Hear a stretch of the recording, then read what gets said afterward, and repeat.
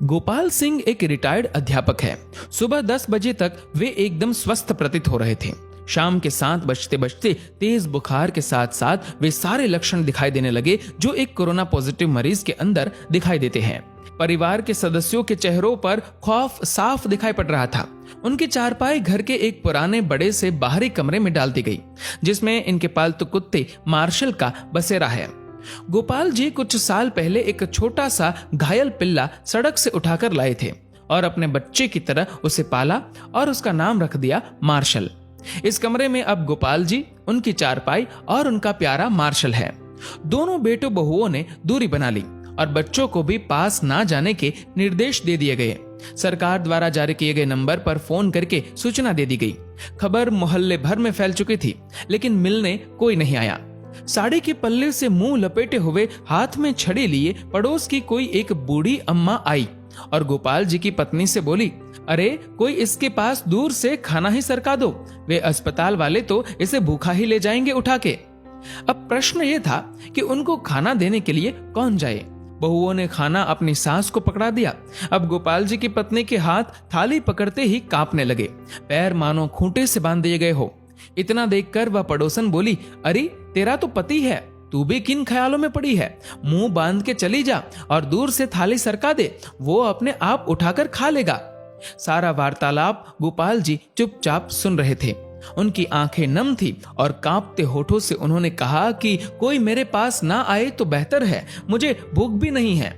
इसी बीच एम्बुलेंस आ जाती है और गोपाल जी को एम्बुलेंस में बैठने के लिए बोला जाता है। गोपाल जी घर के दरवाजे पर आकर एक बार पलटकर अपने घर की तरफ देखते हैं।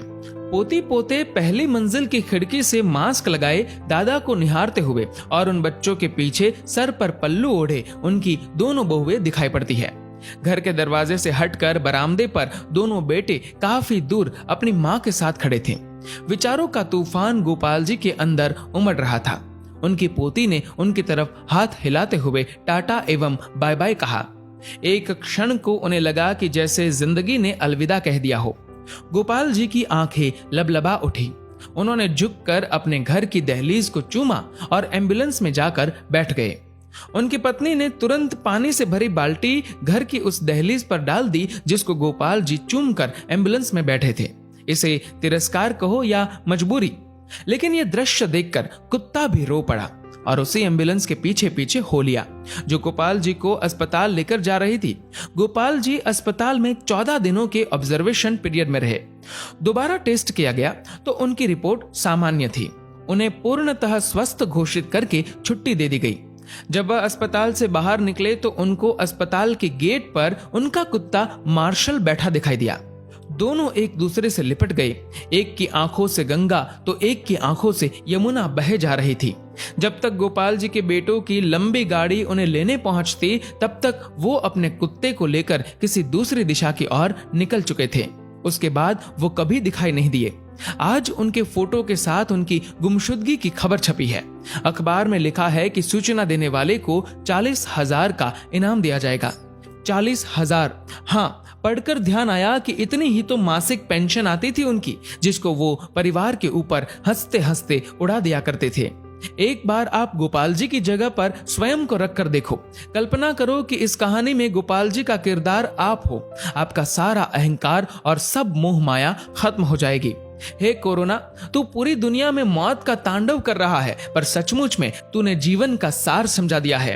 तेरे लिए अमीर गरीब, छोटा बड़ा, स्त्री पुरुष, राजा रंक कोई भेदभाव नहीं, सब एक समान है। इसीलिए मैं आपसे निवेदन करता हूँ कि कुछ पुण्य कर्म कर लिया कीजिए। जीवन में कुछ नहीं है, कोई अपना नहीं है। जब तक स्वार्थ है तभी तक आपके सब है। जीवन एक सफर है, मौत उसकी मंजिल है। मोक्ष का द्वार कर्म है, यही सत्य है।